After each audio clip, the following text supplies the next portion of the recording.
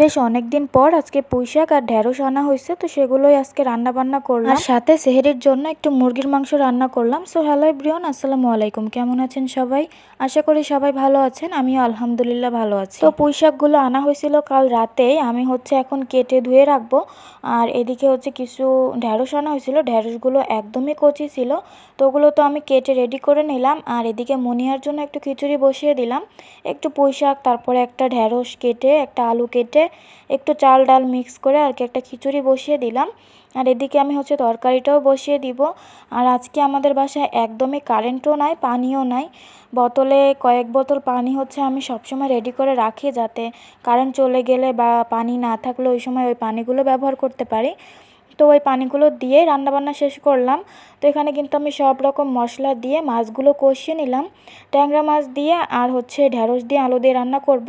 এই তরকারিটা আমার কাছে বেশ ভালো লাগে।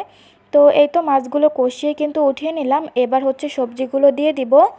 শীতকালে তো আর ঢেঁড়স খাওয়া হয় না, বা ঢেঁড়স হয়তো পাওয়াও যায় না। তো এই প্রায় অনেক দিন পরেই এই সবজিটা খাওয়া হচ্ছে। আর তরকারিটাও বেশ মজা হয়েছিল। তো যাই হোক, আলুটা আর ঢেঁড়সটা যখন প্রায় সিদ্ধ হয়ে গেছে, তখন আমি কষিয়ে নামিয়ে রাখা যে মাছগুলো, ওই মাছগুলো দিয়ে দিলাম। আর আরেক চুলায় আমি ছোলা ভুনা করে নিতেছিলাম। আর এই দেখেন, এই যে বললাম না পানি নাই, কারেন্ট নাই, এই হলো আমার রান্নাঘরের অবস্থা। এখন এইগুলো পরিষ্কার করতে করতে আমার অনেক বেশি সময় লেগেছে। আসলে রান্না করতে না যতটুকু টাইম লাগে, তার থেকে রান্নার আগে সব কিছু গোছানো আর রান্নার পরে সব কিছু গোছানো মিলে আরও বেশি সময় লেগে যায়। তো যাই হোক, তরকারিটা কিন্তু আমার হয়ে গেছে। এখন আমি পুঁইশাকের তরকারিটাও বসাই দিব। এদিকে আমি একটু বেশি করে পেঁয়াজ আর কাঁচামরিচ দিয়ে দিলাম। শাকে আবার একটু ঝাল না হলে কিন্তু একদমই ভালো লাগে না।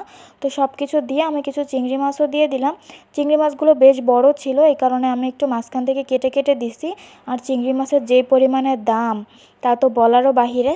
তো সব কিছু আমি কষিয়ে নিছি। এখন পুঁইশাক আর একটা আলু দিছিলাম, বেশি আলু দিলে আবার ভালো লাগে না, আবার একদম আলু না দিলেও ভালো লাগে না, যার কারণে একটা আলু দিয়ে দিলাম, মিডিয়াম সাইজের একটা। তো এখানে কিন্তু আমি বেশ কিছুক্ষণ ঢাকনা দিয়ে কষিয়ে নিলাম শাকটা। তারপরে এখানে পরিমাণ মতো একটু ঝোল পানি দিয়ে এই তো শেষে কিন্তু নামিয়ে নিলাম। দেখতে কিন্তু খুব সুন্দর হয়েছে আর খেতেও খুব মজা হয়েছিল। তো এই ছিল রাতের রান্না বান্না। আর এই রোজা আসা থেকে আমরা এখনো পর্যন্ত মুরগির মাংস খাইনি। তো মুরগি একটা আনা হয়েছে, তো ভাবলাম যে অল্প কিছু মাংস সেহরির জন্য রান্না করি, রাতে যেহেতু খাওয়া দাওয়া হয়ে গেছে।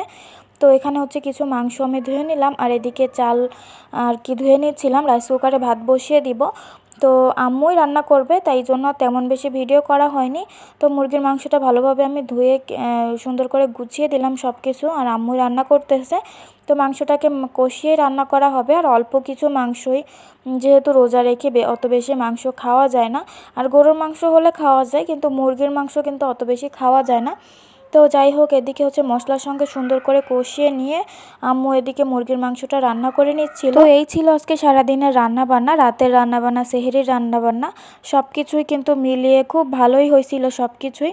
তো এই তো মাংসটাও রান্না একদমই হয়ে গেছে। আর এরকম ভুনা ভুনা মাংস কিন্তু খেতেও অনেক ভালো লাগে।